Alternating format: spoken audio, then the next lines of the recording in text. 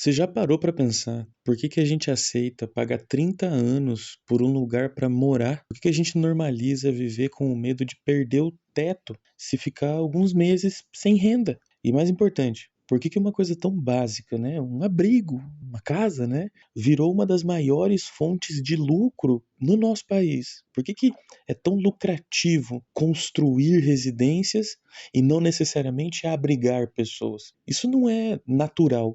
As coisas não são assim porque elas são. E também não é só a questão de falta de casa, é a questão de como a sociedade capitalista organiza a questão da moradia. E aí, hoje, nesse vídeo, eu quero levantar algumas questões ligadas à crise habitacional, que ela não é um erro desse sistema, ela faz parte de como que a estrutura capitalista está organizada. Bom, uma casa, antes de qualquer coisa, ela é um abrigo, né? É o lugar que você dorme, é o lugar que você faz as suas refeições, é o lugar onde você descansa, é o lugar que você constrói a sua vida, é o primeiro lugar onde você vai ter essa socialização com a sua família, enfim. Isso é que a gente vai chamar essas questões, essas características, a gente vai chamar de valor de uso. Mas no capitalismo, uma casa, ela não é só isso. Ela também vira um investimento, ela vira uma fonte de renda, um ativo financeiro. Ou seja, ela ganha uma outra forma de valor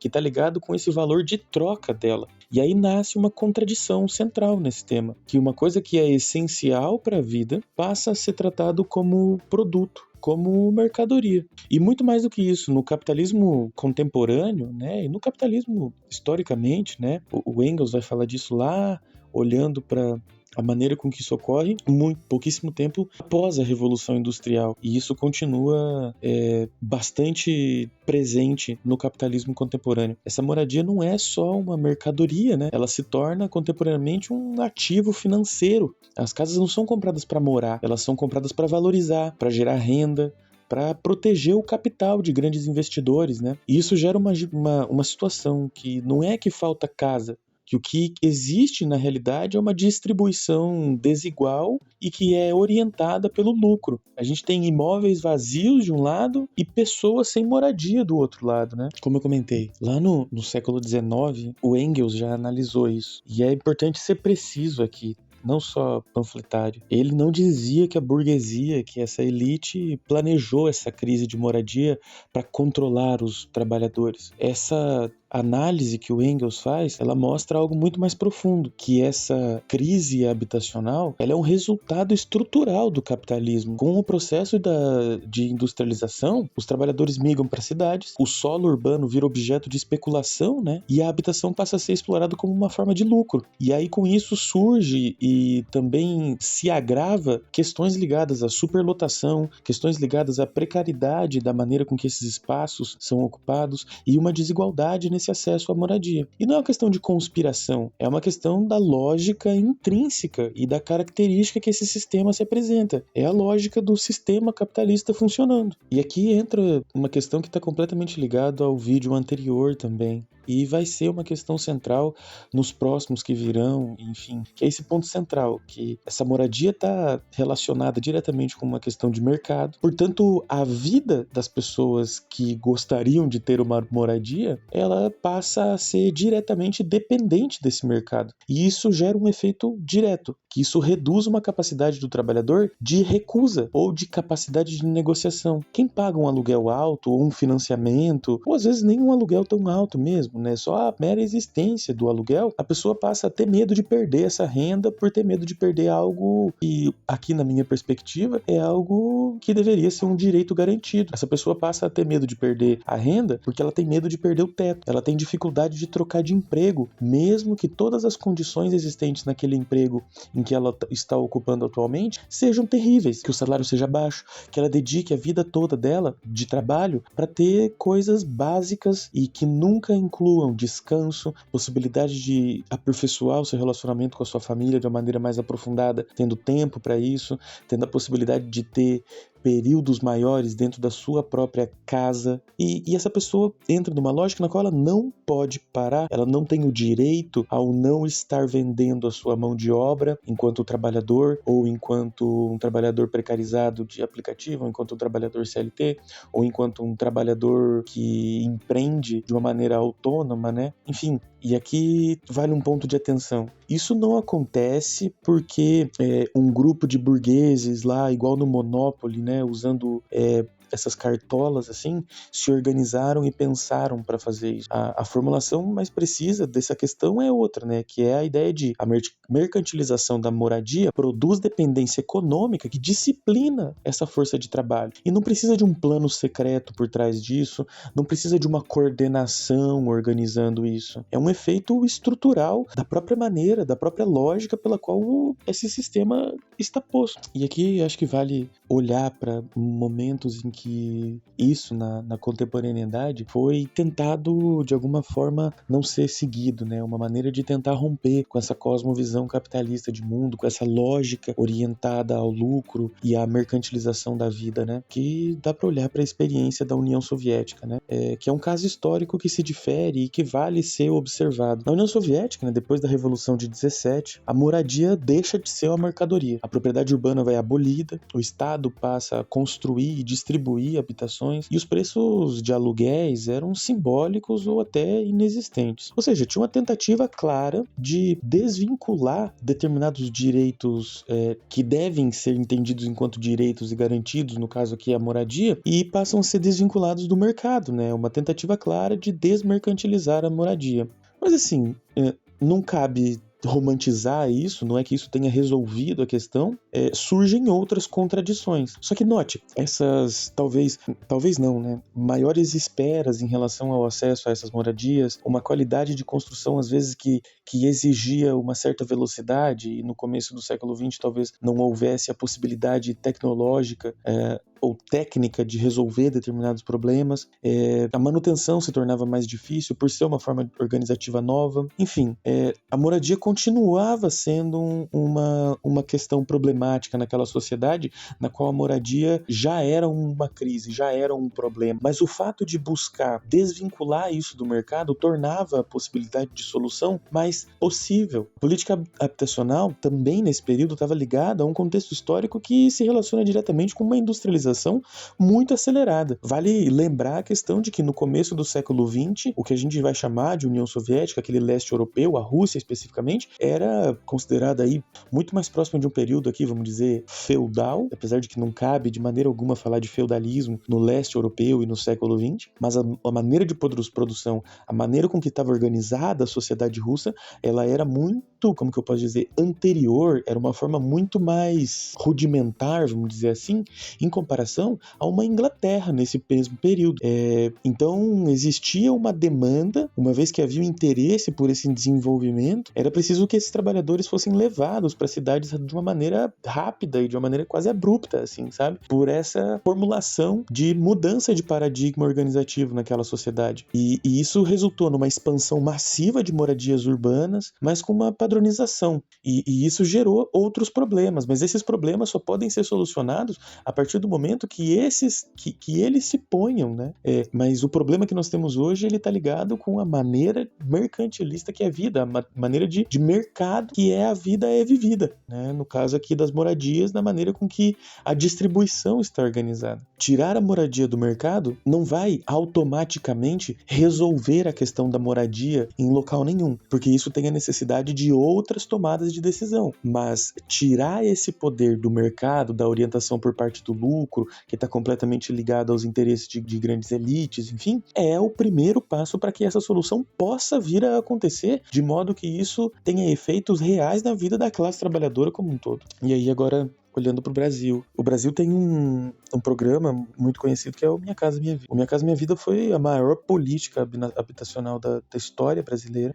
Milhões de moradias foram construídas e ainda são. Mas ele também revela uma contradição importante, assim. E revela a maneira com que o governo que toma a decisão da construção do Minha Casa Minha Vida, que é um governo que se propõe discursivamente enquanto de esquerda em alguns momentos da história, que é o governo do PT, essa liderança do Lula, milhões de moradias foram construídas, isso é um fato, isso é super importante, isso é necessário. E é uma política social organizada dentro da lógica do capital. Isso é necessário ser claro também, de que isso é uma maneira dentro da, aí para usar um termo relativamente comum dentro da política brasileira hoje, dentro das 4 linhas, ou seja, dentro dos interesses do grande capital, sem bater de frente diretamente com os interesses e com a estrutura que aí está posta. Isso funciona da seguinte maneira: o Estado subsidia, o setor privado constrói e o sistema financeiro financia. Ou seja, é uma política pública que vai gerar lucro privado e um sistema de expansão de crédito. Isso significa que o programa não resolve o problema da moradia tirando ela do mercado. Ele integra mais gente nesse mercado. Só que o Estado agindo como esse fator que vai de alguma maneira mediar essa relação e permitir que o trabalhador tenha acesso a algo que até determinado momento era impensável.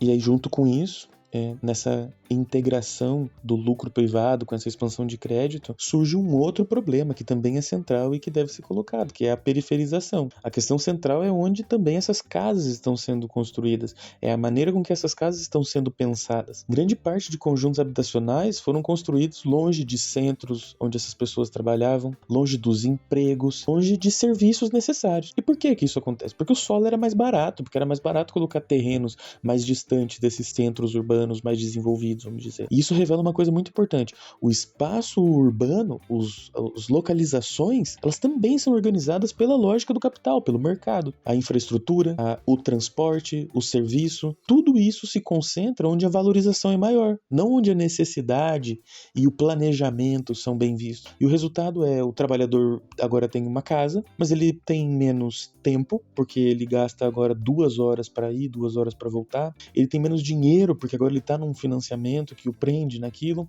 Ele tem uma perda de qualidade de vida, porque agora ele tem uma casa, que é ótimo, mas agora ele tem muito menos tempo dentro dessa casa. A economia, ela serve muito bem a essa construtora, mas o custo da vida, ele cai para quem vai viver, para quem vai morar ali. E aqui é interessante voltar em uma questão de que não é só uma questão de, entre aspas aqui, né, ganância dessas construtoras ou desses donos de construtoras, esses gestores do capital. O tamanho reduzido de casas aí, por exemplo, ele não está ligado só com a ganância. A distância da casa dessas pessoas em relação aos trabalhos e tudo mais, não é só uma questão de ganância, ele é o resultado de vários fatores. Está ligado também com o limite desse subsídio público, ela está ligado com o custo desses terrenos, tá ligado com regras de financiamento, com uma pressão por escala, ou seja, de que isso seja possível ser massivamente feito, né? E no final das contas, de que o que está orientando fundamentalmente esse programa é uma busca por lucro. Ou seja, o Estado ele desenha algumas regras, mas o mercado vai responder a essas regras da maneira com que lhe seja mais interessante. E o resultado é essa forma específica de moradia. Apesar de alguma maneira, buscar resolver um problema, ele não resolve esse problema e ele ocasiona diversos outros. E aí aqui, voltando na questão central de alguma maneira, né? A insegurança habitacional, ela limita a autonomia do trabalhador, mas ela não é o único. Mesmo com moradia garantida, o trabalhador ainda vai depender de ter acesso à alimentação, de ter acesso a um transporte, de ter acesso à saúde, de ter acesso à energia, né? Energia elétrica, à água, de ter acesso à educação, de ter acesso à arte, de ter acesso a diversas outras garantias, né? Que são fundamentais. Por isso que a questão da moradia, ela não pode ser nunca tratada de maneira isolada. Ela faz parte de uma coisa muito maior, que é o grande problema, que é a reprodução de uma vida dentro de uma lógica de mercado, que é impossível que ela funcione. Isso é posto, isso é evidente já. A moradia ela é parte essencial da possibilidade material da reprodução da força do trabalho. E quando ela se torna mercadoria, que é o que acontece com tudo dentro do sistema capitalista, viver passa a relacionar a sua vida diretamente com essa lógica de mercado. Isso limita o que você pode ou não escolher, isso reduz a sua autonomia, isso organiza a maneira com que os trabalhadores se tornam dependentes do grande capital. Não é uma teoria da conspiração, é a maneira maneira com que a estrutura capitalista funciona. E é por isso que a crise habitacional vai continuar existindo, mesmo se a gente tiver tecnologia, mesmo se a gente tiver capacidade de construção, se a gente tiver recurso infinito para organizar essas coisas de maneiras que resolveriam esses problemas. De novo, esse mesmo ponto central, esse mesmo ponto de vista pode ser encarado para quando a gente fala, por exemplo, sobre a questão de alimentação. A gente produz, a gente tem capacidade técnica de conhecimento agrônomo ou de engenharia civil, construção civil. A gente tem a capacidade de transportar essas coisas com técnicas e organização possível para fazer isso. A gente não tem interesse desse grande capital para que essas coisas aconteçam. E isso se torna uma questão fundamentalmente impossível de ser resolvido dentro da lógica capitalista. E todas as outras maneiras de resolver isso que mantenham essa lógica e que não resolvam essa contradição que é o capital, esses problemas não podem ser resolvidos. Ou melhor, a resolução desses problemas vai estar sempre condicionada ao mínimo que esse grande capital decidir e escolher abrir mão. Agora, encerrando a questão, não encerrando a questão de maneira alguma, né, porque eu não quis fazer uma proposição de um vídeo muito grande para que fosse possível de ser assistido em tempos aí de 2026, na qual a nossa atenção se tornou um outro ativo, né? Uma outra questão de basicamente mercadológica, né? Na qual as redes sociais, isso aqui mesmo, né? O próprio YouTube se tornou esse lugar onde nós disputamos por atenção. Então, esse tempinho de atenção aí eu gostaria de agradecer se você chegou até aqui para escutar essa reflexão e começar a olhar as coisas talvez por essa perspectiva, ou fazer críticas a essa realidade a partir dessa perspectiva, ou criticar essa perspectiva se você tem uma percepção diferente. Mas, fechando, a minha percepção aqui se a moradia continua sendo tratada como ativo financeiro, ela nunca vai ser distribuída de acordo com a necessidade daqueles que a constroem, por exemplo. E isso levanta uma pergunta que é impossível não se levantar. Tem como resolver o problema da moradia sem mudar a lógica que organiza isso, sem alterar o sistema capitalista? A resposta é não, porque existem experiências diferentes que estão sob a lógica do capitalismo, como cooperativas habitacionais, políticas urbanas mais integradas, né? Modelos que tentam reduzir o papel do mercado, mas nenhuma delas é perfeita porque nenhuma delas está sendo na raiz do problema, nenhuma delas está sendo radical, mas todas elas mostram uma coisa em comum, que é o jeito que a gente organiza a moradia hoje não é a única maneira possível. E aí eu volto de novo a citar o autor que eu citei no primeiro vídeo, que é o Krenak. O Krenak trata sobre essa questão de vale a pena salvar esse mundo aqui? Porque esse mundo, da maneira com que ele está organizado, eu não acho que ele vale a pena ser salvo. Porque se for para manutenção de um mundo na qual pessoas têm que se submeter a determinada quantidade absurda de horas de trabalho, de uma maneira de organização que não se importa com a saúde mental, com a saúde física, ou com qualquer aspecto ligado à felicidade e ao prazer de bem viver, não sei se é uma sociedade que vale a pena ser salva. Então, talvez o que a gente esteja fazendo, o que a gente esteja lutando é por adiar um pouco esse